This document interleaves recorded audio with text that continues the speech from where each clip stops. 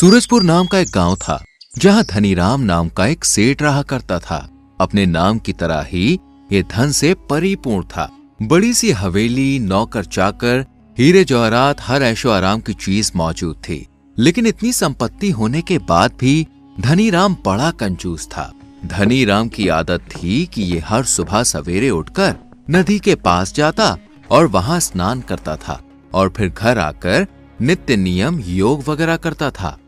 अरे भाग्यवान, जल्दी से मेरे कपड़े निकाल दो। आज तो लगता है मुझे नदी तक पहुंचने में देर हो जाएगी।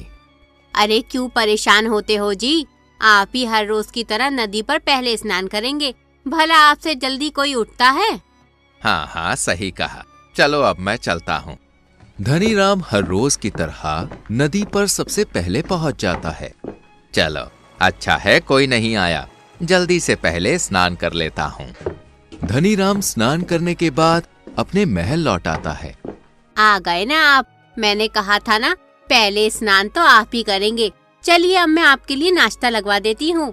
तभी धनीराम की बेटी इसके पास आती है। पिताजी, मुझे कुछ पैसे चाहिए। मेरी दोस्त मीना का जन्मदिन आ रहा है, मुझे उसके लिए कुछ गिफ्ट लेकर आना है। क्या जन्मदिन? उसके जन्मदिन पर तुम क्यों पैसे खर्च कर रही हो? पता भी है ये पैसे कितनी मेहनत से कमाए हैं मैंने। किसी को कुछ देने की कोई जरूरत नहीं है। अगर चाहो तो घर पर बुलाकर उसे एक टाइम का खाना खिला देना। बेटी का दिल है तो दे दीजिए ना, थोड़े पैसों में क्या हो जाएगा। अरे भाग्यवान, कैसी बातें करती हो। मीना का बर्थडे तो साल दर साल आएगा, तो हर साल पैसे बर्बाद करेंगे क्या हम? रश्मिका उदास होकर यहाँ से चली जाती है। धनीराम अगली सुबह फिर से जल्दी उठकर नदी पर नहाने के लिए चला जाता है। जब ये नदी में नहा रहा होता है तो हाथ में लोटा, गले में माला और माथे पर तिलक लगाए एक संत आ जाते हैं जो धनीराम को अच्छे से जानते थे। सेठ राम राम। धनीराम इन्हें देखकर कुछ नहीं बोलता और नदी में शांत खड़ा रहता है। संत ने फिर से कहा, सेठ राम राम। लेकिन इस बार भी धनीराम ने कोई जवाब नहीं दिया। मुझे लगता है ये संत बाबा जरूर कुछ पैसे मांगने आए हैं। मैं इन्हें कोई जवाब ही नहीं दूंगा और ना ही पैसे दूंगा, अपने आप चले जाएंगे। लेकिन संत कुछ मांगने नहीं बल्कि सेठ को राम राम कहने आए थे। धनीराम बिना कुछ कहे खड़ा होकर अपने काम में लगा रहता है और संत तीसरी बार कहते हैं, सेठ राम राम। तो धनीराम गुस्से में कहता है, हट हट, दूर हट। पता नहीं सुबह सवेरे कहाँ से मांगने के लिए आ जाते हैं। नहीं है मेरे पास मुफ्त में देने के लिए कोई पैसे वैसे। संत धनीराम का ये बर्ताव देखकर बहुत दुखी होते हैं। संत मन ही मन सोचते हैं कि मैं संत साधु होकर भगवान की आराधना में लीन रहता हूँ, जबकि धनीराम जैसा साधारण व्यक्ति भगवान का नाम लेना भी पसंद नहीं करता। वो इसलिए कि कहीं कुछ देना ना पड़ जाए। राम राम की जगह हट हट बोलता है। धनीराम का यही घमंड संत को बहुत ज्यादा चुभता है, इसलिए वो अब धनीराम को सबक सिखाने का फैसला करते हैं। संत तुरंत अपनी शक्ति से सेठ धनीराम का रूप ले लेते हैं और धनीराम के घर पहुंच जाते हैं। नौकर धनीराम को देखकर काफी हैरान होता है। अरे मालिक, आप इतनी जल्दी कैसे आ गए? सब ठीक तो है ना? कहीं कोई परेशानी तो नहीं हुई? नहीं नहीं, ऐसी कोई बात नहीं है, मैं बिल्कुल ठीक हूँ। लेकिन एक बहरूपिया मेरा भेष लेकर गांव में घुस आया है। मैं नहीं चाहता कि वो मेरी हवेली में आकर कुछ गड़बड़ कर दे, इसलिए मैं उससे पहले घर आ गया ताकि तुम लोगों को उसकी खबर दे सकूं। ध्यान रखना, अगर कोई मेरा भेष लेकर हवेली में घुसे तो उसे तुरंत बाहर निकाल देना, अंदर मत आने देना। ठीक है महाराज, जैसा आपका हुक्म। धनीराम नदी में स्नान करने के बाद घर आकर नित्य नियम करता था। संत भी धनीराम के रूप में भजन पाठ करने लगते हैं और विमला, रश्मिका को भी इन पर जरा भी शक नहीं होता। कुछ देर में असली धनीराम धोती पहने, हाथ में लोटा लिए हवेली में आ जाता है। अरे अरे, कहाँ घुसे चले आ रहे हो? कौन हो तुम? चले जाओ यहाँ से। दिमाग तो ठीक जगह पर है ना? मुझसे पूछ रहा है कि मैं कौन हूँ? अपने मालिक को भूल गया क्या? मालिक? अच्छा मजाक था। सुबह सुबह दिमाग मत खराब कर, चल जा यहाँ से। समझ नहीं आता कि मैं धनीराम हूँ जिसने तुझे नौकरी दी। अरे विमला, रश्मिका, कहाँ हो? देखो तो जरा इस 2 कौड़ी के नौकर को। मुझे भगा रहा है। सही तो कह रहा है। कौन हो तुम और मेरे पति का भेष लेकर हमें लूटने आए हो? जाओ यहाँ से। हाँ हाँ जाओ। नौकर, तुम इसे धक्के देकर बाहर निकालो, ये ऐसे नहीं जाएगा। नौकर धक्के देकर धनीराम को उसकी हवेली से बाहर निकाल देता है। हे भगवान, ये सब क्या हो रहा है? मुझे तो कुछ भी समझ नहीं आ रहा। मुझे मेरी हवेली से बाहर निकाल दिया गया। मेरा परिवार मुझे पहचान नहीं पा रहा है। अब मैं कहाँ जाऊंगा? मेरे व्यवहार की वजह से कोई भी मुझ पर यकीन नहीं करेगा। लोग मेरा मजाक बनाएंगे। धनीराम कुछ देर गांव में आसपास घूमता रहता है और फिर इसे राजा के सबसे करीबी मंत्री का ख्याल आता है, जो कि धनीराम को अच्छे से जानता था। अरे भाई, किसी तरह मेरी राजा से मुलाकात करवा दो। मैं एक बड़ी उलझन में फंस गया हूँ। वो बहरूपिया मेरी हवेली में बैठकर मजे कर रहा है और मैं हवेली होने के बाद भी दर दर भटक रहा हूँ। तुम परेशान मत हो धनीराम, हम अभी राजा के महल चलते हैं, वहीं समस्या का समाधान निकालेंगे। हाथ में लोटा लिए और धोती पहने धनीराम मंत्री के साथ राजा के महल चला जाता है। राजा जब धनीराम की ये हालत देखते हैं तो कहते हैं, अरे धनीराम, ये क्या हाल बना रखा है? सब ठीक तो है ना? 4 घोड़ी की बग्गी में आने वाले आज तुम कैसे हाथ में लोटा लिए हमारे दरबार में चले आए? अरे महाराज, मैं क्या बताऊं, कुछ भी ठीक नहीं है। मेरी तो मानो जैसे दुनिया ही पलट गई। एक बहरूपिया मेरे घर में मेरा रूप लेके घुस आया है। ना तो मेरा नौकर मुझे पहचान रहा है और ना ही मेरा परिवार। वो लोग मुझे बहरूपिया समझ रहे हैं और मुझे धक्के देकर बाहर भी निकाल दिया है। अब आप ही न्याय कीजिए। क्या बहरूपिया? अगर ऐसा हुआ है तो ये बहुत बड़ा अन्याय है। हम अभी मालूमात करते हैं। 4 सैनिक धनीराम के हवेली में जाओ और वहां बहरूपिये का पता करो। सैनिक घर जाकर पता करते हैं और धनीराम के बारे में विमला को बताते हैं। हे भगवान, वो बहरूपिया महल तक भी पहुंच गया। हवेली में मौजूद धनीराम बहरूपिया नहीं है, बल्कि जो राजा के महल में है वो बहरूपिया है। हमारे महाराज तो अंदर अपने कमरे में बैठे हैं। सैनिक जब धनीराम को कमरे में बैठा देखते हैं तो वो भी चौंक जाते हैं और राजा को जाकर पूरी बात बताते हैं।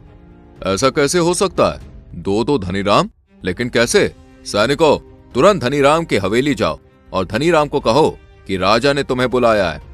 सैनिक फिर से धनीराम की हवेली जाकर राजा का संदेश धनीराम को देते हैं और धनीराम 4 घोड़ों की बग्गी में पूरे ठाट बाट से राजा के महल पहुंच जाता है। धनीराम उसी शानो शौकत से महल में जाता है जैसे कि असली धनीराम जाया करता था, इसलिए राजा भी बड़े हैरान होते हैं। महाराज की जय हो, महाराज की जय हो। हे महाराज, आपने मुझ गरीब को आज कैसे याद किया? आपका हुक्म सराखों पर। आप मुझे काम बताइए बस। असली धनीराम भी राजा के सामने ही खड़ा था। राजा दोनों को एक साथ एक रूप में देखकर बुरी तरह चकरा जाते हैं। मंत्री, हमें तो कुछ भी समझ नहीं आ रहा कि आखिर इन दोनों में असली धनीराम कौन है? दोनों का रंग, रूप, बोलचाल सब एक जैसी है। अब हम कैसे असली धनीराम का पता लगाएं? महाराज, आप बिल्कुल सही कह रहे हैं। बड़ा मुश्किल काम है ये तो। तुम दोनों ही बताओ, आखिर तुम दोनों में असली और नकली कौन है? महाराज, अगर आपको मुझ पर यकीन नहीं है तो आप एक परीक्षा कर लीजिए। जो विजेता बनेगा वही असली धनीराम होगा। तुमने बात तो सही कही है। ठीक है महाराज, अगर आपकी आज्ञा हो तो मैं कुछ कहूँ? हाँ हाँ, बिल्कुल कहो। पिछले सारे हिसाब से आप हमारी परीक्षा ले सकते हो। असली धनीराम ने जितने भी हिसाब किताब किए हैं वो सब उसे याद होंगे, तो क्यों ना इसी की परीक्षा ली जाए। अच्छा उपाय है। ठीक है, बही मंगाओ। संत जो धनीराम का रूप लिए थे वो बिना बही खाते को देखते हुए अपनी शक्तियों से ही उसके अंदर हर एक लिखी जानकारी को राजा को बताते हैं।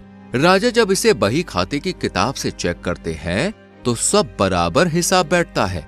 अब बारी थी असली धनीराम की परीक्षा की। चलो, अब तुम बताओ। धनीराम को कुछ भी याद नहीं होता और ये नजरें झुकाए याद करने की कोशिश करता रहता है, लेकिन कोई भी फायदा नहीं होता। तो अब ये फैसला हो गया है कि असली धनीराम ये है। तुम इसके बहरूपिये हो, इसलिए तुम पिछला हिसाब किताब नहीं बता पाए। नहीं नहीं महाराज, मुझे हिसाब याद नहीं, लेकिन मेरा यकीन कीजिए, मैं ही असली धनीराम हूँ। अच्छा, एक तो धोखा और ऊपर से झूठ भी। तुम्हें इसकी सजा मिलेगी। सैनिकों, इसको जाकर जेल कोठरी में बंद कर दो। नहीं नहीं महाराज, ऐसी सजा मत दीजिए, इससे भूल हो गई। ये आगे से ऐसी कोई गलती नहीं करेगा। इसे जाने दीजिए।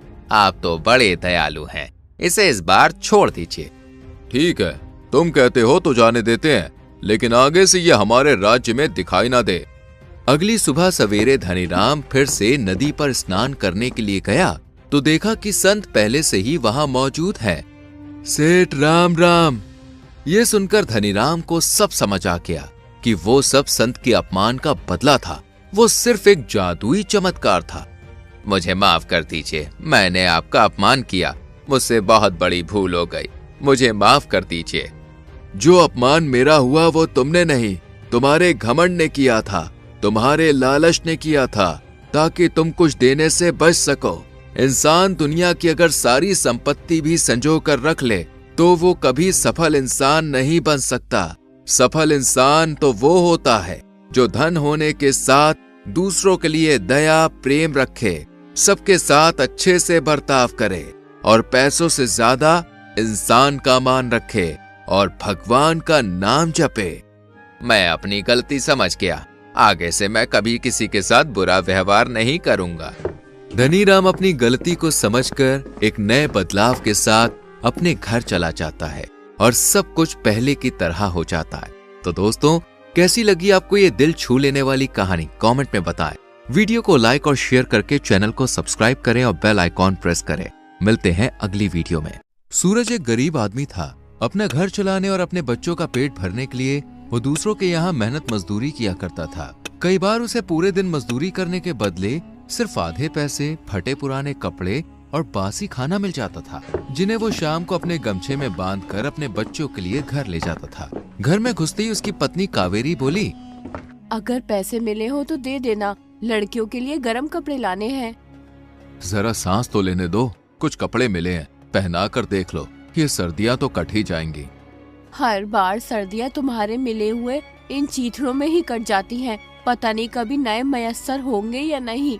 सूरज ने गमछा खोला और कावेरी से कहा, आज के काम में कपड़ों के साथ साथ एक खाना भी मिला है, मिल बांट कर खा लो, साथ में गुड़ खाकर पानी पी लेना, पेट भर जाएगा। कावेरी ने सूरज से ये भी नहीं पूछा कि तुमने खाना खाया या फिर नहीं, और खाना लेकर अंदर चली गई। ये देखकर सूरज की आंखों में आंसू आ गए। उसने भी सुबह से कुछ नहीं खाया था। बेटियों के खातिर पेट पर पट्टी बांधकर वो दिन रात कमाता रहता। 3 बेटियां होने के बाद एक बेटे की चाह थी। अगर बेटा हो जाए तो घर में कमाने वाला और हो जाएगा। कावेरी की सास दया चिल्लाते हुए बोली, अरे ओ कावेरी, ये सूरज कहाँ चला गया? राखी आ रही है, कुछ पैसों का इंतजाम करके रख ले। लड़कियां ससुराल से आएंगी तो खाली हाथ जाते हुए अच्छी नहीं लगेंगी। कावेरी को ये सुनकर गुस्सा आया, लेकिन वो गुस्सा पीते हुए बोली, अम्मा जानती तो हो इनकी अकेले की जान को कितने झमेले हैं। इस राखी पर शायद कुछ न हो पाएगा। बहन बेटी को देने से बरकत आती है, लेकिन तुम लोगों के हाथ से तो कुछ छूटता ही नहीं है। कल को जब अपनी 4-4 बेटियां राखी पर आया करेंगी तब पता चलेगा। कावेरी को ये बर्दाश्त न हो सका। वो बोली, अम्मा कहो तो बेटियों के गले में पत्थर बांधकर कुएं में फेंक दूं। उसके बाद ये जो भी कमाएंगे वो आपकी बेटियों को दे देंगे। फिर तो हो जाएगी ना हमारे घर में बरकत। ये तो सोचती नहीं है कि दिन भर गधे की तरह जी तोड़ मेहनत करते हैं, तब जाकर 2 समय का चूल्हा जलता है, और आपको अपनी बेटियों की पड़ी है। बस तुझे तो बोलने का मौका मिलना चाहिए। मना कर दूंगी अपनी बेटियों से, कोई जरूरत नहीं है त्योहार पर आने की। तभी कावेरी की बड़ी बेटी लता स्कूल से रोती हुई आई और बोली, माँ मुझे स्कूल नहीं जाना, मास्टर जी ने मुझे मारा। मास्टर जी ने मारा? लेकिन क्यों? तूने स्कूल का काम पूरा नहीं किया होगा। पूरा दिन खेल में जो ध्यान रहता है। नहीं माँ, काम तो पूरा था, लेकिन मास्टर जी कह रहे थे कि मेरी 2 महीने की फीस जमा नहीं हुई है। हे भगवान, पलक झपकते ही 2 महीने बीत गए और फीस तो इन दोनों की भी बाकी होगी। बोलती हूँ तेरे पिताजी से, कोई ना कोई बंदोबस्त तो करना पड़ेगा। शाम को सूरज के आते ही कावेरी ने फीस की बात की। ये सुनकर सूरज परेशान हो गया। वो सोचने लगा कि तीनों बेटियों की फीस मिलाकर 300 रुपए बैठती है। 100 रुपए मजदूरी के मिलते हैं, फिर 300 रुपए कैसे जुटाऊंगा? रात यूं ही फीस की चिंता में गुजर गई। गांव में सर्कस लगा था। लड़कियां जिद करने लगी कि पिताजी आज हमें सर्कस ले चलो, हमें भी सर्कस देखना है। चलो ना, वैसे ही कहीं जाना नहीं होता। सूरज सबके जिद करने पर उन्हें सर्कस ले गया। सर्कस में जाकर बच्चों ने खूब मजे किए। पहली बार सबके चेहरे पर इस तरह की मुस्कान आई थी, लेकिन सूरज तो अब भी बच्चों की फीस की उलझन में ही पड़ा हुआ था। सर्कस में घूमते घूमते देखा कि एक जगह एक लड़ाकू सांड अच्छे अच्छे सूरमाओं को पटकी दे रहा था। उसे काबू करने वाले को 5,000 रुपए का इनाम था। सूरज कावेरी से बोला, सुनो, मैं कोशिश करके देखूं? रहने दो, एक पटकी दे दी तो महीने भर भी सीधे नहीं हो पाओगे। अरे एक बार कोशिश करने में क्या हर्ज है? अगर जीत गया तो बच्चों की फीस चली जाएगी, राखी का त्योहार भी हो जाएगा और तुम्हें भी एक अच्छी सी साड़ी दिलवा दूंगा। कावेरी इतनी सारी कमी पूरी होते देख भला सूरज को कैसे रोकती। सूरज सांड से लड़ने चला गया। सांड को काबू करते समय सूरज के दिमाग में सिर्फ एक ही बात थी कि बस कल किसी भी हालत में बच्चों की फीस जमा करनी है। भगवान ने सूरज की सुन ली और सूरज जीत गया और उसे 5,000 रुपए मिल गए। कावेरी, मैं जीत गया, मैं 5,000 जीत गया। अब सब कुछ ठीक हो जाएगा। चलो तुम्हें आज एक अच्छी सी साड़ी दिलाता हूँ, फिर हम सब मिलकर गोलगप्पे खाएंगे। सबके सब बहुत खुश थे। इधर दया बैठी हुई सबका इंतजार कर रही थी। उनके घर आते ही दया बोली, आने का समय हो गया तुम्हारा। ये नहीं पता कि मुझे भी भूख लगी होगी। खुद तो चाट पकौड़े खाकर आए होंगे ना, फिर मेरा किसे ख्याल है। क्यों नाराज होती हो अम्मा, बनाती हूँ गरम गरम रोटी। कावेरी दया के लिए रोटी बना ही रही थी कि उसे उल्टियां होने लगी। जरूर सर्कस में कुछ उल्टा सीधा खाकर आई होगी, तभी उल्टी हो रही है। सूरज को भी ऐसा लगा, लेकिन बात तो कुछ और थी। कावेरी फिर से माँ बनने वाली थी। तुम ठीक तो हो ना? कैसे कहूँ? मतलब मैं समझा नहीं। कावेरी पेट की तरफ इशारा करके बोली, इस बार फिर से। इस बार तो उम्मीद है ना कि बेटा ही होगा? डरती हूँ कि कहीं इस बार भी बेटी हुई तो। लता 6 साल की हो गई है, अब बच्चा पैदा करना क्या शोभा देगा? अच्छा तो नहीं लगता, लेकिन बहनों के लिए एक भाई और नाम चलाने के लिए वारिस भी तो हो। बेटा ही होगा इस उम्मीद में 9.5 महीने बीत गए और एक दिन कावेरी की तबीयत खराब होने लगी। सूरज जल्दी से जा और दाई माँ को बुला ला।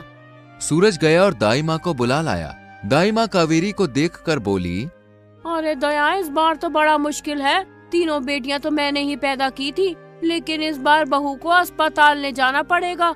बच्चा ऑपरेशन से होगा।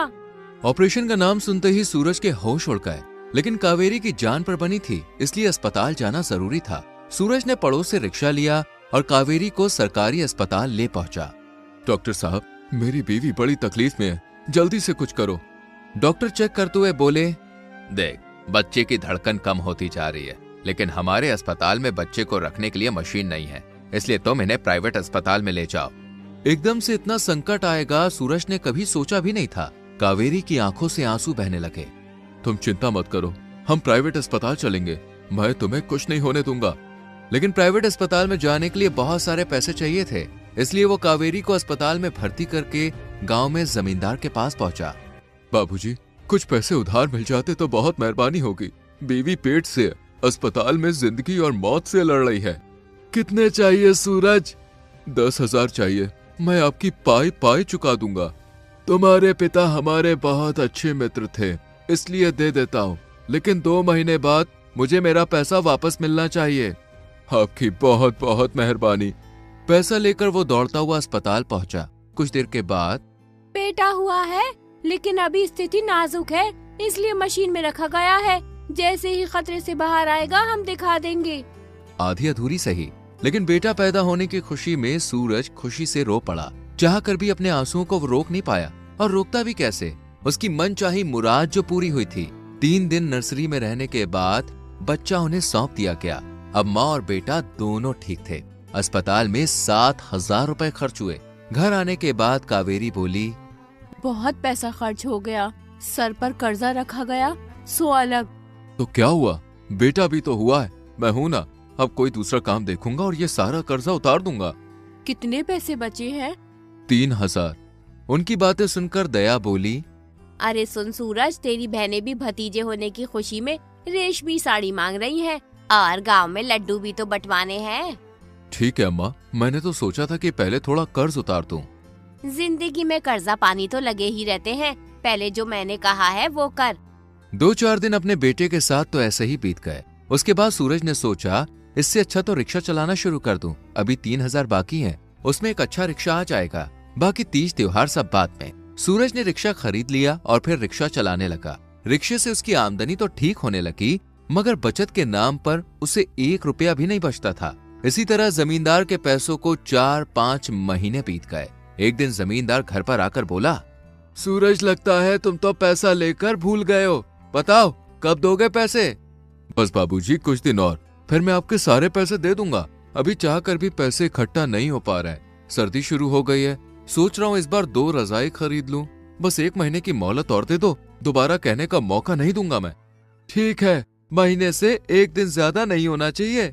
सर्दियों के दिन थे, ठंडी हवा से हड्डियां गले जा रही थी। कावेरी दुखी होकर बोली, सारे पैसे यूं ही खर्च हो जाते हैं। बच्चों पर एक भी स्वेटर और गर्म कपड़े नहीं है। क्यों? पिछले साल जिसके यहाँ मजदूरी की थी उसने अपने बच्चों के पुराने कपड़े दिए तो थे। पुराने ही तो थे, सब खराब हो गए। जो ठीक थे वो छोटे हो गए। वंश की तो पहली सर्दी है, इसे भी तो गर्म कपड़े चाहिए। कल से इसे बहुत खांसी जुकाम है, हल्का सा बुखार भी है। तवे पर हल्दी भूनकर चटा दो, ठीक हो जाएगा। जब पैसे होंगे स्वेटर और गर्म कपड़े ले आऊंगा। अभी तो पहले जमींदार के पैसे देने हैं, वरना आगे कोई फूटी कौड़ी भी नहीं देगा। सर्दी का कहर बढ़ता ही जा रहा था और सर्दी के साथ वंश की तबीयत भी खराब होती जा रही थी। महीना बीत गया। सुबह सुबह जमींदार आ खड़ा हुआ और बोला, सूरज, अब और बर्दाश्त नहीं करूंगा, मुझे मेरे पैसे चाहिए। बाबूजी, बड़ी मुश्किल से 3,000 रुपए जोड़े, फिलहाल इन्हें रख लो, मैं हर महीने 3-3 हजार रुपए करके लौटा दूंगा। ठीक है, लेकिन जो तुमने आनाकानी की तो घर पर कब्जा कर लूंगा, साथ में 3,000 मुझे ब्याज के भी चाहिए। लेकिन बाबूजी, ब्याज तो तय नहीं हुआ था। 6 महीने भी तो तय नहीं हुए थे, तुमने कहा था कि 2 महीने में लौटा दूंगा। सूरज कुछ न कह सका, जमींदार चला गया। अब तो घर का भी डर सताने लगा कि कहीं वो पैसों के बदले घर को न हड़प ले, इसलिए सूरज का सारा ध्यान पैसा लौटाने पर था। वंश की तबीयत बिगड़ती जा रही थी। घर के सब नुस्खे आजमा कर देख लिए। देखो तो, वंश का चेहरा पीला पड़ता जा रहा है, पसलियां तेज तेज चल रही है। हमें इसे अस्पताल ले जाना चाहिए। लेकिन बच्चे वाले डॉक्टर की फीस बहुत महंगी है। कावेरी गुस्से में रोती हुई बोली, बड़ी मुश्किलों से पाया है हमने वंश को, अगर इसे कुछ हो गया तो। ठीक है, चलो अस्पताल ले चलते हैं। वो दोनों उसे अस्पताल लेकर गए। देखिए, आपके बच्चे को पीलिया हो गया है और निमोनिया भी बहुत ज्यादा है। बच्चे को भर्ती करना पड़ेगा। ठीक है डॉक्टर साहब, आप भर्ती कर दो, लेकिन हमारे बेटे को कुछ नहीं होना चाहिए। ठीक है, मैं पर्चा बना देता हूँ, तुम पैसे जमा करा दो। कितने पैसे डॉक्टर साहब? 2,000 रुपए जमा करा दो। 2,000? इतने पैसे तो नहीं है डॉक्टर साहब। बिना पैसे के इलाज नहीं होगा, ये सरकारी अस्पताल नहीं है। सूरज मजबूर था। 2,000 रुपए उनके पास नहीं थे, इसलिए वो वहां से वंश को एक गांव के डॉक्टर के पास ले आए। अरे, बच्चे की हालत तो बहुत खराब है, मैं अभी दवाई लिख कर देता हूँ, आप जल्दी से ले आइए। कड़कड़ाती ठंड में सूरज अपने बच्चे की जान बचाने के लिए बेतहाशा भागे जा रहा था। वो ठंड में पर्चा लेकर मेडिकल स्टोर पर पहुंचा तो लड़के ने 600 रुपए का बिल बना दिया। लेकिन सूरज के पास तो आज एक भी पैसा नहीं था। 3,000 रुपए जो थे वो उसने जमींदार को दे दिए। वो स्टोर वाले से बोला, भैया तुम दवाई निकाल कर रखो, मेरी जेब में पैसे कम है, मैं अभी पैसे लेकर आता हूँ। सूरज की जमींदार के पास जाने की हिम्मत नहीं थी। वो अपने सभी जानने वालों के पास गया, लेकिन उसे कहीं से भी पैसे नहीं मिले। उसने सभी पड़ोसियों से पैसे मांगे, लेकिन किसी ने भी नहीं दिए। हार कर वो जमींदार के पास गया। पिछला उधार तो चुकाया नहीं और फिर से आ गया उधार मांगने, भाग यहाँ से। सूरज रोता हुआ वापस डॉक्टर के पास गया और बोला, डॉक्टर साहब मेरे पास पैसे नहीं है, आप कुछ भी करके मेरे बच्चे को बचा लो। भाई, मैं समाज की सेवा के लिए नहीं बैठा हूँ, 4 पैसे कमाता हूँ तभी मेरे घर का चूल्हा चलता है। फिलहाल रात भर के लिए दवाई दे देता हूँ, कल शहर जाकर सरकारी अस्पताल में जाके भर्ती करा देना। आज सूरज से ज्यादा मजबूर दुनिया में कोई नहीं था। अगर उसके पास ठंड से बचाव के लिए कपड़े होते तो आज उसका बेटा बीमार नहीं होता। कयामत की रात थी। आज तो सबसे ज्यादा ठंड थी। वंश ठंड के मारे थर थर कांप रहा था। कावेरी ने उसे एक फटी सी पुरानी रजाई से ढका हुआ था। अचानक से उसकी कपकपाहट बंद हो गई। कावेरी को लगा कि अब उसे नींद आ गई है, लेकिन किसे पता था कि वो हमेशा के लिए सो गया है। सुबह जब कावेरी की आंखें खुली तो देखा कि वंश की आंखें फटी हुई थी। जैसे ही कावेरी ने उसका चेहरा हिलाकर देखा तो उसकी गर्दन लुढ़क गई। कावेरी की चीख निकल गई। वंश! कावेरी की चीख सुनकर सूरज दौड़ता हुआ आया और वंश को देखकर रो पड़ा। सिर्फ 600 रुपए के कारण एक जीवन खत्म हो गया। ठंड और गरीबी के कारण सूरज अपने बेटे का जीवन नहीं बचा सका। कुछ दिन रो रो कर मातम में गुजर गए। एक दिन, सुनते हो? हाँ कहो। चलो ये घर बेचकर शहर चलते हैं। जो कुछ पैसा आएगा उससे वही कोई अपना रोजगार खोलेंगे। मैं भी कोई काम कर लूंगी, कम से कम जिंदा तो रहेंगे। इस तरह तो पैसे के अभाव में एक एक करके हम सब मारे जाएंगे। सूरज अपने आंसुओं को पोंछता हुआ बोला, ठीक कहा तुमने। सर पर अपनी ना सही किराए की छत तो होगी, शरीर पर ठंड से बचने के लिए गर्म कपड़े तो होंगे। फिर 2-4 दिन बाद वो लोग अपना घर जमींदार को बेचकर शहर चले गए। बहुत पुराने समय की बात है। एक गांव में एक कुशल लोहार रहता था। उसके हाथ हर ऐसी वस्तु को बनाने में सक्षम थे जिसकी कल्पना कोई नहीं कर सकता था। मगर उस गांव के लोग बहुत गरीब थे, जिसकी वजह से लोहार को इतना काम नहीं मिल पाता था। वह स्वयं तो हर तरह की मुसीबत झेलने को तैयार था, पर अपनी पत्नी, जिसका नाम रूपवती था, जो कि बहुत सुंदर थी, जैसी 100 वर्ष में एक बार पैदा होती है, अचानक लोहार के दिमाग में कमाई करने के लिए राजधानी जाने का विचार आया, जहां शायद धनी लोगों को उसकी बनाई चीजों की जरूरत हो सकती थी। अपनी पत्नी से विदा लेते हुए उसने कहा, सुनो रूपवती, मैं 3 वर्ष के लिए प्रदेश जा रहा हूँ। क्या फिर मुलाकात होने तक तुम मुझे याद रखोगी? मेरे साथ विश्वासघात तो नहीं करोगी? रूपवती एक नीला फूल अपने पति को देते हुए बोली, प्रिय, यह फूल लो और इसे संभाल कर रखो। मैं पतिव्रता धर्म का पालन हमेशा करती रहूंगी। तुम कहीं भी क्यों न रहो, कैसे भी यात्रा पर क्यों न गए हो, इतना याद रखो, जब तक ये फूल नहीं मुरझाएगा तुम्हारे प्रति मेरा प्रेम भी नहीं मुरझाएगा। लोहार अपनी पत्नी की बातों पर भरोसा करके घर से निकल गया। रास्ते में चलते चलते उसे एक चाय की दुकान दिखाई दी। वहां अनेक ग्राहकों के बीच उसे 3 ठाटदार कपड़े पहने आदमी नजर आए, जो कुछ खा पी नहीं रहे थे, मौन खड़े हुए थे, मानो उन्हें कोई दुख सता रहा हो। लोहार को देखकर वे इस तरह से घूरने लगे कि वो परेशान हो उठा। अरे भाइयों, आप मुझे ऐसे क्यों देख रहे हो? मैं गरीब जरूर हूँ, मगर ईमानदार आदमी हूँ। इस राजधानी में दूर दराज के गांव से काम ढूंढने आया हूँ। मैं कुशल लोहार हूँ, और जो मुझे काम सौंपेगा वो याद रखेगा कि उसका वास्ता मुझसे पड़ा है। तीनों पुरुषों ने एक दूसरे की तरफ देखा और उनमें से सबसे बड़े ने लोहार से कहा, अरे भाई, हमारी एक एक बात ध्यान से सुनो। हम तीनों राजा सूर्यदेव के वजीर हैं, जिसकी खबर इस चाय वाले को भी नहीं है और होनी भी नहीं चाहिए। हम समय काटने नहीं, बल्कि एक महत्वपूर्ण कार्य करने के लिए बाजारों, चाय खानों और भीड़ भाड़ वाली जगह के चक्कर काट रहे हैं। राजा ने हमें उसके लिए सोने और चांदी का महल बनवाने का हुक्म दिया है। उसने समय पर महल तैयार न करने पर हमें मौत की धमकी दी है। हम बड़ी उलझन में हैं, क्योंकि समय बीतता जा रहा है, लेकिन हम राजधानी में किसी ऐसे कारीगर को नहीं खोज पा रहे जो इतना कठिन कार्य करने को तैयार हो। अगर तुम काम करके हमारी सहायता नहीं कर सकते तो क्या हुआ, कम से कम सलाह तो दे सकते हो। बुद्धिमान वजीरो, खुद किस्मत ने मुझे इस चाय खाने की राह दिखाई है। मुझे आवश्यक सोना चांदी दीजिए और मददगार दीजिए। मैं आपको निश्चित समय पर ऐसा महल तैयार करके दूंगा जैसा आज तक किसी राजा के पास नहीं हुआ। लोहार ने उसी दिन काम शुरू कर दिया। भट्टियां दहकने लगी, हथौड़ों तले मूल्यवान धातु ठनठनाने लगी और चतुर कामगार बड़े कारीगर के निर्देशानुसार काम करते हुए इधर उधर भागने लगे।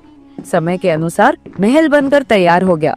वास्तव में उससे पहले कभी इतने सुंदर भवन ने किसी राजधानी की शोभा नहीं बढ़ाई थी। राजा सूर्यदेव ने जब नया महल देखा तो उसने तुरंत अपने वजीरों का वेतन तिगुना कर दिया। फिर वह बोला, मैं धरती पर ये अलौकिक चमत्कार कर दिखाने वाले कारीगर को देखना चाहता हूँ। लोहार को लाया गया। राजा ने उससे कहा, आज से तुम मेरे घनिष्ठ सलाहकार और दोस्त हुए। मैं चाहता हूँ कि तुम्हारी प्रतिभा और कौशल का उपयोग न तो मेरी प्रजा करे और न ही कोई विदेशी बादशाह। तुम इस सुंदर महल में मेरे पास रहोगे और केवल मेरे लिए काम करोगे।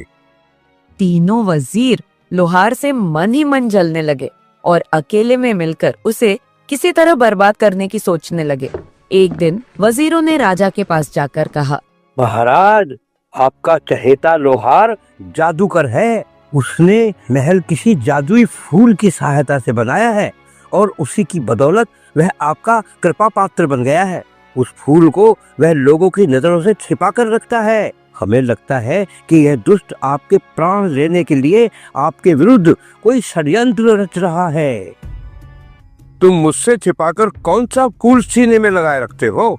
अगर अपनी जान बचाना चाहते हो तो सच सच बताओ। लोहार हैरान रह गया कि उसका रहस्य किसने खोला है। उसने न मुरझाने वाला फूल निकालकर राजा सूर्यदेव को अपनी पत्नी तथा उसकी विदाई के समय कही सारी बातें ईमानदारी से बता दी। महाराज, ये फूल मेरी पत्नी के प्रेम की निशानी है। जब मैं घर से आया था तो उसने मुझे जाते समय कहा था कि जब तक यह फूल नहीं मुरझाएगा तब तक मेरा प्रेम तुम्हारे प्रति बना रहेगा। महाराज, यह ढीठ अपने मालिक के सामने झूठ बोलने का साहस कर रहा है। हमें अच्छी तरह से मालूम है कि इसकी पत्नी इसे कब का भूल चुकी है और किसी भी आदमी से खुशी खुशी शादी करने को तैयार बैठी है। दुनिया में ऐसी कोई औरत नहीं है जो धन और उपहार के लालच में न फंस जाए। अगर महाराज आप इजाजत दें तो मैं ये साबित कर सकता हूँ। ठीक है, जब तक तुम कोई सबूत लेकर नहीं आओगे तब तक इस कारीगर को बिना कोई हानि पहुंचाए कैद खाने में रखा जाएगा। पहला वजीर सरपट घोड़ा दौड़ाता उस गांव में पहुंचा जहां लोहार की पत्नी रहती थी। उसने वहां किसी संदिग्ध व्यक्ति से जान पहचान कर ली और उसकी मुट्ठी गर्म करके उसे अपनी योजना बताई। अरे भाई, लोहार की पत्नी जैसी पतिव्रता औरत इस गांव में ही क्या सारी दुनिया में नहीं मिलेगी। इस मामले में केवल रजिया ही तुम्हारी मदद कर सकती है। वह आदमी बिना कल पर टाले दुष्ट औरत रजिया को वजीर के पास ले आया। वजीर ने सारा किस्सा रजिया को बताया। उसकी सारी बात सुनकर वह बोली, अजनबी, अगर तुम्हारे पास 1000 सरफिया हो तो मैं तुम्हें उस औरत से मिलने के लिए अपनी सारी चालाकी से काम लेने को तैयार हूँ। वजीर ने 1000 अशरफियां रजिया को दे दी। फिर वह लोहार के घर की तरफ चल दी। रजिया कुछ अशरफियां लोहार की पत्नी को देते हुए बोली, बेटी, तुम्हारा पति परदेश की खाक छानता फिर रहा है और शायद तुम्हें भूल भी चुका होगा। ये रकम तुम्हारे छोटे मोटे खर्चों के लिए एक ऐसे भले आदमी ने तुम्हें भिजवाई है जो तुम्हें बहुत प्यार करता है। वह नामी और धनी है और अगर तुम उसे जरा प्रेम से पेश आओ तो वह तुम्हें सोने में पीली कर देगा और सुखी बना देगा। मोसे, उस आदमी को मेरे पास ले आओ। मैं अपना दरवाजा खुला रखूंगी। उसे रास्ता दिखाकर खुद घर चले जाना। मैं उसका वैसे ही स्वागत करूंगी जिसके वह योग्य होगा। रजिया वजीर के पास जाकर बोली, लोहार की बीबी ने रकम रख ली और वह हर बात के लिए तैयार है। आज की शाम तुम उसके साथ बिताओगे। वजीर अपनी सफलता पर बहुत खुश हुआ। जब अंधेरा हुआ तो वजीर लोहार के घर पहुंचा। रूपवती ने मुस्कान और हंसी मजाक के साथ अतिथि का स्वागत किया। उसे चूल्हे के आगे बिठाया और उसके सामने खाना परोस दिया। किंतु वजीर ने पुलकित होकर खाने की तरफ हाथ बढ़ाया ही था कि जोर से दरवाजे खटखटाने की आवाज आई। वजीर ने घबरा कर पूछा, यह क्या हुआ? लोहार की पत्नी को खटखटाहट का कारण भली भांति मालूम था। उसने दिन में ही दरवाजे पर पति का हथौड़ा लटका दिया था और उस समय रात की हवा उसे हिलाकर लकड़ी से टकरा रही थी। किंतु स्त्री ने खुद भी बुरी तरह डरने का दिखावा किया और जल्दी से बोली, आदरणीय अतिथि, यह जरूर मेरा भाई दरवाजा खटखटा रहा होगा। वह ज्यादा देर नहीं रुकेगा। तुम कृपया करके 1 मिनट के लिए पास वाले कमरे में छिप जाओ। वजीर ने दहली लांघी ही थी कि स्त्री ने उसे पीछे से धक्का दे दिया और वह सिर के बल अंधेरे गड्ढे में गिर गया। उसी समय शाही महल बंद लोहार ने नीले फूल को निकाल कर देखा। फूल ताजा और खुशबूदार था, वैसा ही जैसा कि रूपवती ने बिछड़ने के दिन दिया था। अगले दिन लोहार की पत्नी ने गड्ढे में भेड़ के ऊन का ढेर डाल दिया और अपने कैदी को उसे धुनने का आदेश दिया। याद रखो, काम ढंग से नहीं किया तो दोपहर में जई की रोटी नहीं मिलेगी। वजीर को गए कई दिन बीत गए, जबकि राजा उसका इंतजार करता करता ऊब गया। एक दिन उसने दूसरे वजीर से कहा, तुम्हारे मित्र की मेरे सामने आने की हिम्मत नहीं हो रही है, क्योंकि लगता है वह कुछ नहीं कर पाया है। अगर तुम लोगों ने कारीगर की झूठी शिकायत की तो तुम्हारी खैर नहीं। महाराज, हमने आपको बिल्कुल सच बात बताई है। अगर आप हुक्म दे तो मैं इसे साबित कर सकता हूँ। ठीक है, लेकिन जल्दी लौटना। कुछ समय बीतने पर दूसरे वजीर के साथ भी वैसा ही हुआ। जैसा कि पहले वजीर के साथ हुआ था। व्यर्थ धन खर्च करके वह भी गड्ढे में पहुंच गया। गड्ढे में उसकी दृष्टि भीड़ का ऊन धुन रहे आदमी पर पड़ी। तुम कौन हो? तब वे एक दूसरे को पहचान गए और एक दूसरे को दोषी ठहराते हुए आपस में झगड़ने लगे। लोहार ने नीला फूल निकालकर देखा, वह ताजा और सुगंधित था। राजा सूर्यदेव ने इस बीच दूसरे वजीर के लौटने की प्रतीक्षा किए बिना तीसरे वजीर को लोहार की पत्नी के पास जाने को कहा। अगर तुम 3 सप्ताह में मेरे सामने हाजिर नहीं हुए तो तुम और वे दोनों नीच फांसी के फंदे से बच नहीं सकोगे। तीसरा वजीर राजा का आदेश पाकर सफर पर निकल पड़ा और शीघ्र ही वह भी बिना कोई सफलता हासिल किए गड्ढे में अपने मित्रों से जा मिला। तीनों एक दूसरे को दोषी ठहराने लगे। उधर एक दिन राजा ने लोहार को अपने सामने पेश करने का हुक्म दिया। मेरे तीनों वजीरों को तुम्हारी पत्नी के पास गए हुए काफी अरसा बीत गया, पर अभी तक वे लौट कर नहीं आए हैं। मुझे संदेह है कि तुम्हारी पत्नी ने उन्हें अपने जादू से मार डाला है। अगर ऐसा है तो मैं तुम्हारा और तुम्हारी पत्नी का भी सिर कटवा दूंगा। लेकिन अगर वजीरों ने तुम पर झूठा लांछन लगाया है तो उन्हें इससे भी कड़ी सजा मिलेगी। मैं खुद तुम्हारे घर जा रहा हूँ और हाँ, तुम्हें भी मेरे साथ चलना होगा। कुछ समय बाद राजा सूर्यदेव अपने सैनिकों के साथ लोहार के गांव की तरफ चल दिए और लोहार राजा को अपने घर में ले आया। राजा ने रूपवती से पूछा, ऐ स्त्री, क्या तुम्हारे पति की गैरहाजिरी में तुम्हारे पास मेरे 3 वजीर आए थे? आपकी उम्र दराज हो गई महाराज। वजीरों की जगह तो अपने राजा के दरबार में होती है। वे गरीब और अकेली स्त्री के घर में क्यों आएंगे? राजा चुप हो गया और अपनी व्याकुलता छिपाने के लिए कालीन को ध्यान से देखने लगा। तुम्हारे पास यह इतना बढ़िया कालीन कहाँ से आया? जहाँ पनाह, यह कालीन मेरी नौकरानियों ने बुना है। नौकरानियों ने? लेकिन तुम्हारा पति तो मुझसे कहता था कि वह तुम्हें बहुत गरीबी हालत में छोड़ गया है। नौकरानियां रखने के लिए तुम्हारे पास पैसा कहाँ से आया? महाराज, मेरी नौकरानियां तनख्वाह नहीं मांगती। वो दिन में जई की एक रोटी के बदले मेरे सारे काम करती है। इतना बोलकर रूपवती अंदर गई और तीनों वजीरों से फुसफुसाकर बोली, मुसीबत आ गई, मेरा पति लौट आया। अगर उसने आपको मेरे घर में देखा तो आपका काम तमाम हो जाएगा। मैं आपकी मृत्यु नहीं चाहती, इसलिए यह उस्तरा लीजिए और जल्दी से अपनी दाढ़ी मुंह से साफ कर लीजिए। ये लीजिए मेरे पुराने कपड़े, बिना देर लगाए इन्हें पहन लीजिए, फिर मैं आपको अपनी सहेलियां बताकर घर से बाहर कर दूंगी। वजीरों ने बिना चूकिए औरत की बात मान ली और कपड़े पहनकर बाहर आ गए। राजा सूर्यदेव हैरानी से उन्हें कई देर तक देखता रहा और अंत में बोला, कितनी अजीब नौकरानियां हैं। कदकाठी से तो नहीं लगती कि ये औरतें हैं। मुझे इनके चेहरे जाने पहचाने लगते हैं। महाराज, यही है वो जिन्होंने आपसे मेरी झूठी शिकायत की और मेरी पतिव्रता पत्नी पर लांछन लगाया। महाराज, हमें माफ कर दीजिए, हमसे बहुत बड़ी भूल हुई है। राजा सूर्यदेव आरंभ में उनकी बात गुस्से में सुनता रहा, पर जब वे लोहार के घर में हुई अपनी दुर्गति के बारे में बताने लगे तो राजा सूर्यदेव के हंसते हंसते आंसू आ गए। अरसे से मैं इतना दिल खोलकर कभी नहीं हंसा। आज से ये तीनों मूर्ख जिन्हें इस स्त्री ने धोखा दिया और जिन्हें पहले मैं अपने वजीर कहता था, मेरे यहाँ मामूली नौकरों का काम करेंगे। इनसे मैं पूरे महल की साफ सफाई करवाऊंगा और तुम मेरे कुशल कारीगर रहोगे। अपनी पतिव्रता बीवी को लेकर एक सम्मानित अतिथि के रूप में मेरे साथ राजधानी चलोगे।